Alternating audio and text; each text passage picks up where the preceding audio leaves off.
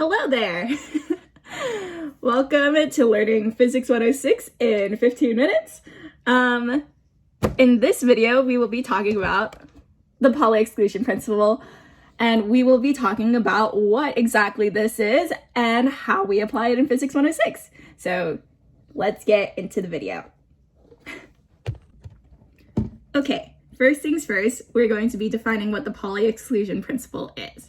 So it is the principle that states that no two electrons can have the same set of quantum numbers. Or, in other words, no two electrons can be in the same state. Quantum numbers are numbers that are represented by 4 letters. The first of those letters would be N, which is the principal electron shell, and that can be any sort of integer, 1, 2, 3, or 4, etc. The next letter is L, which is the value of angular momentum, and L is n minus 1. The next letter is ML, which is the number of orbitals and their orientations. And ML is L, negative L to positive L. And then the last letter would be MS, which is the electron spin, and it is only represented by 2 values, negative half or positive half. Okay, so going into a few more details, we have the letter representations of the L values. So here we have L values up to 3. There are more, but we'll just go up to 3 for now. And 0 is represented by S, 1 is represented by P, 2 is represented by D, and then 3 by F. Now, what do these letters mean? These letters represent subshells that have their own unique shape. So S has a spherical shape, P has a dumbbell shape, and so forth. Yeah.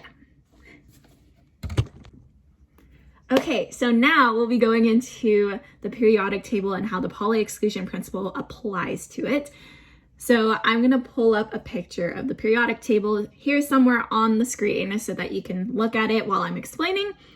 So each row in the periodic table represents the quantum number / letter N. So the first row is 1, then 2, then 3, and so on and so forth. For the columns, there are a set of columns that represent S, P, D, and F. So these first 2 columns, or wherever they are going to represent S, because there are 2 electrons that can go into each S orbital, or S subshell. And then in this middle part over here, where you have all your transition metals and stuff like that, it is represented by the quantum number D, subshell D. Then over here you have P. And then F is somewhere around there.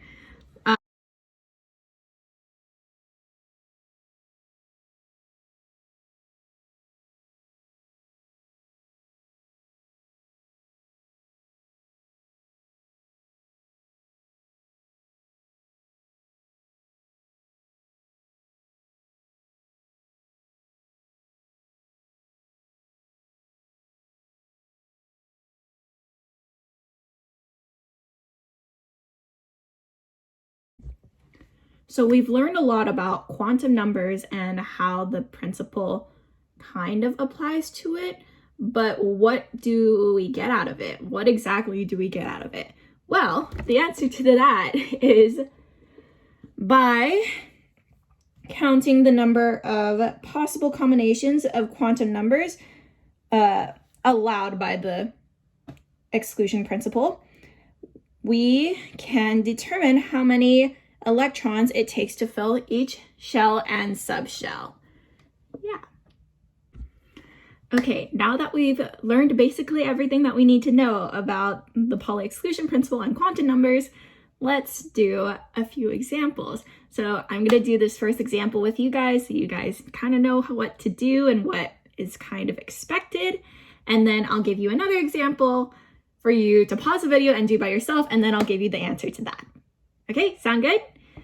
Okay, so our first example, we will be working with the element of hydrogen, which is the first element of the periodic table and is found in abundance on the Earth.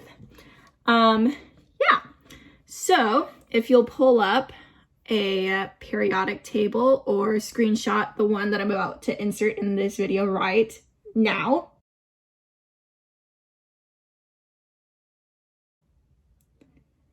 Okay, pulled it up, got a screenshot, great. Let's go ahead and go into it.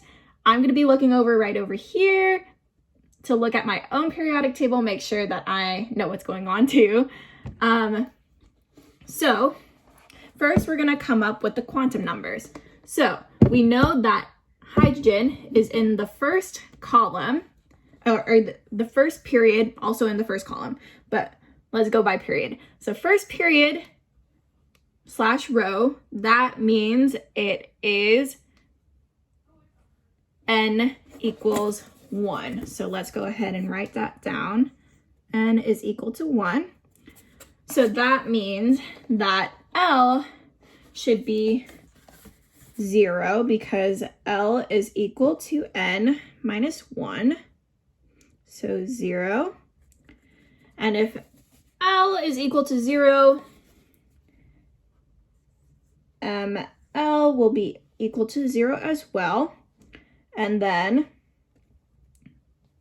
we have MS, which is equal to -1/2 or +1/2. So our quantum number set will be 1, 0, 0, minus -1/2 or 1, 0, 0, +1/2.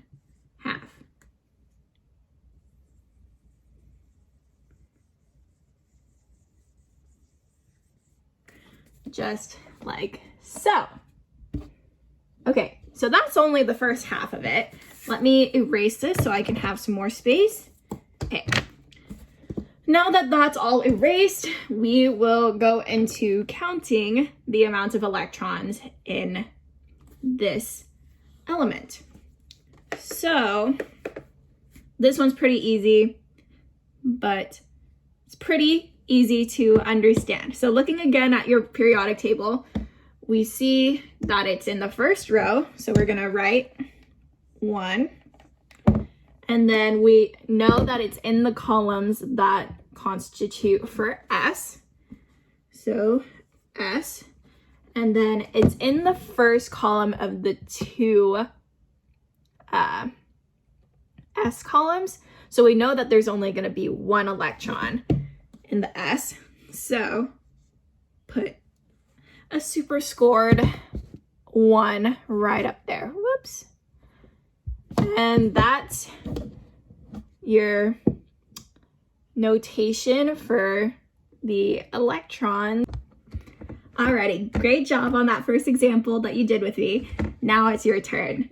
So your element to practice with will be carbon, which is another element that we find in abundance here on Earth. Yeah, so go ahead and do the same exact thing that we did just a second ago with me. Pause the video, do whatever you need to do, and then play me again once you are ready for the answer. Good luck. All right, done. Okay, here's the answer. So your quantum numbers will be any combination of these numbers. Obviously, n will only be 2, L will be 0 or 1, ML will be -1, 0, or +1, and then MS will be -½ or +½ And then your counting electrons will be 1s2, because it still fills all of the electron spots in the subshell of 1s, then 2s2, then 2p2. Alrighty? Okay, hopefully you got that. Yeah. Alrighty, thank you guys so much for watching this video. Hopefully it helped you guys understand the concept of the Pauli exclusion principle. Yeah, good luck on whatever you're gonna do with this information, whether it be homework, your test, or just for your own knowledge. Good luck. Bye.